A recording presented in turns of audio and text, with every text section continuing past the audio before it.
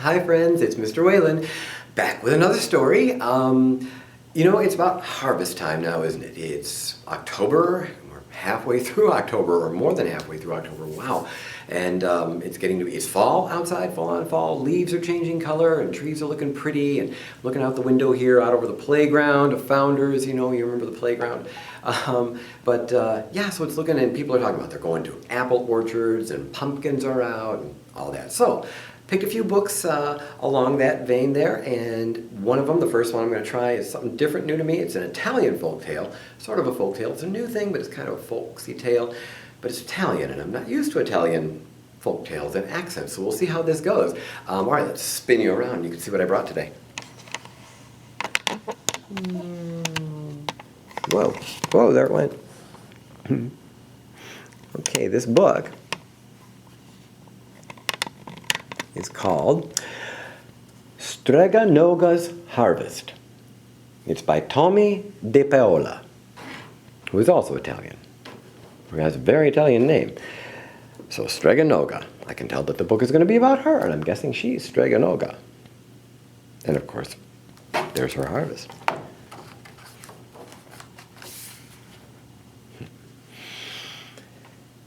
It was a spring, and all the snow had melted. The rich earth was beginning to warm.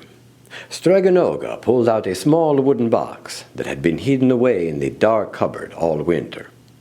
"Aha," she said as she took out small packets of seed she had saved from last year's garden. "Chi siete, I miei amici piccoli? Here you are, my little friends." "Why were all those seeds in the dark, Strega Noga?" Big Anthony asked. "Well, mio caro, my dear," Strega Noga answered, "they had to rest, just like you do, so they will be able to do their job when we plant them in the garden." "When will we plant them, Strega Noga?" Bamblona asked. "When la luna, the moon, tells us, Bamblona. Then we will plant each kind of seed carefully in the right place. After all, we can't just throw the seeds into the ground in a big pile. A garden must be orderly, so it is easy to pick the vegetables. Now, let me look in my Libro di Giardino, my garden book, to see what we did last year." Every year, Strega Noga wrote down in her book what she planted, when and where. She never put the same vegetables in the same spot. "We have to move them around," she told her young helpers, "so the soil will stay happy and strong. But first, Anthony, you must spread the compost and manure we saved all winter and rake it into the soil so our vegetables will grow as big and beautiful as can be." So Big Anthony put the clothespin on his nose and did his job. That is a very smelly job. "Children, come," called Strega Noga. "It is almost the end of Maggio, May, and there will be a full moon tonight. It is time to plant.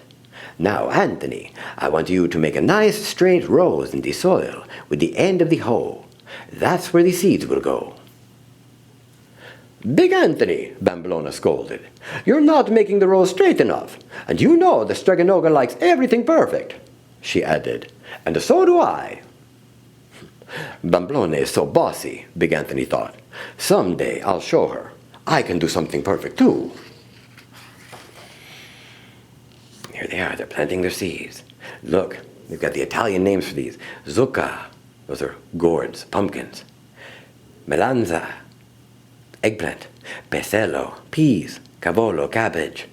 Pomodoro, tomatoes. Zucchini. Carciofo, artichoke.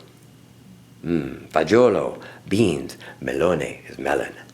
They plant their seeds. That night, when the full moon rose up in the sky, Strega Noga quietly crept out into the garden. She looked up at the moon and she sang, "Oh, bella luna, smile on me, and on the seeds I sow, and let the moonbeam shine from thee to make my garden grow. And now for the ingrediente segreto, secret ingredient. Strega Noga blew 3 kisses to the moon. "Oh," said Big Anthony as he watched her. Suddenly, he spied some seeds that had dropped on the ground. "I know. I'll plant on my own perfect garden behind the goat shed. I'll show Bamblona." So Big Anthony poked some holes in the ground. He threw in the seeds and covered them with the compost and manure. He watered and watered. And then he sang Strega Noga's song.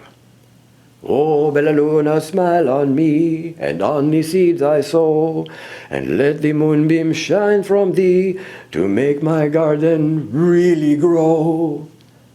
And he blew 3 kisses to the moon. And just to be sure, he blew 3 more. As it did every year, Strega Noga's garden grew beautifully.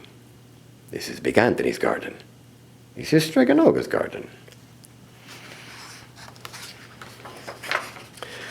Soon, bright green insalata, salad, was on the table. Fresh peas were added to the pasta from Strega Noga's pasta pot. Green beans were cooked in olive oil, and the other vegetables were growing beautifully too. Big Anthony's secret garden was growing as well, but not quite so beautifully. It looked like a jungle. Mamma mia, Big Anthony thought. I can't let Bamblona or Strega Noga see this mess. There's Big Anthony's garden and Strega Noga's garden. Now it was the time to harvest the vegetables that Strega Noga would keep over the winter. It wasn't long before the root cellar and the rafters in the kitchen were full. "Molto bene, very good," said Strega Noga to Bamblona and Big Anthony. "A job well done. You deserve a good rest." But Big Anthony didn't have time to rest. He had other work to do. "I've got to pick my vegetables. What will I do with them?" he said. The next morning, when Strega Noga opened her door, she found a big pile of vegetables. "Santo cielo! Good heavens!" Strega Noga said. "Where did these come from?"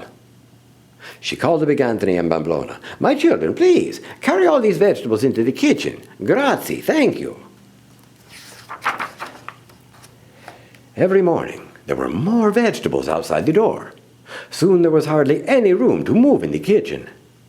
"Maybe these are from the villagers," Strega Noga thought. "Perhaps they had too good of a harvest. Well, I must find out, and soon. If this goes on, I won't have room to sleep in my little bed at night." The next morning, Strega Noga packed a basket of vegetables.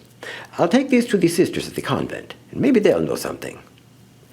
"Oh, grazie, Strega Noga," the Mother Superior said. "You must have heard our prayers. Our gardens didn't do well this season. In fact, no one's garden in the village did. We had too much rain down here, while you had lots of sun on your hill." So Strega Noga went right to the mayor. "See, yes, Strega Noga," Senior Mayor said. "The harvest was poor this year." "Well, I have more than enough to share," Strega Noga said. "I will have a harvest feast tomorrow evening at sundown. Tell everyone to come." And Strega Noga practically ran up to her little house. "Bamblona, Big Anthony, come quickly," Strega Noga said. "We have much work to do. I'm going to have a harvest feast for all our friends and neighbors. We shall share our bounty."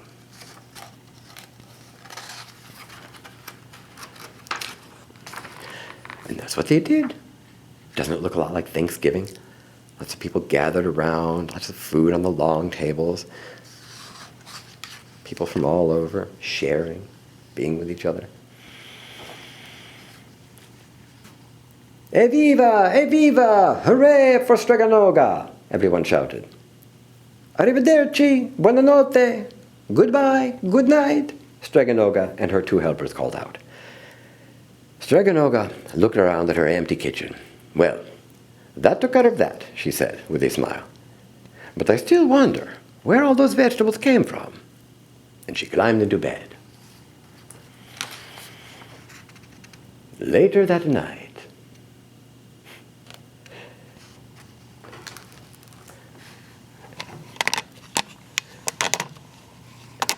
and that is where that story ends. So maybe that story didn't end. Maybe Big Anthony just kept bringing his big vegetables over to Strega Noga's house until they stopped growing because he had no place to put them.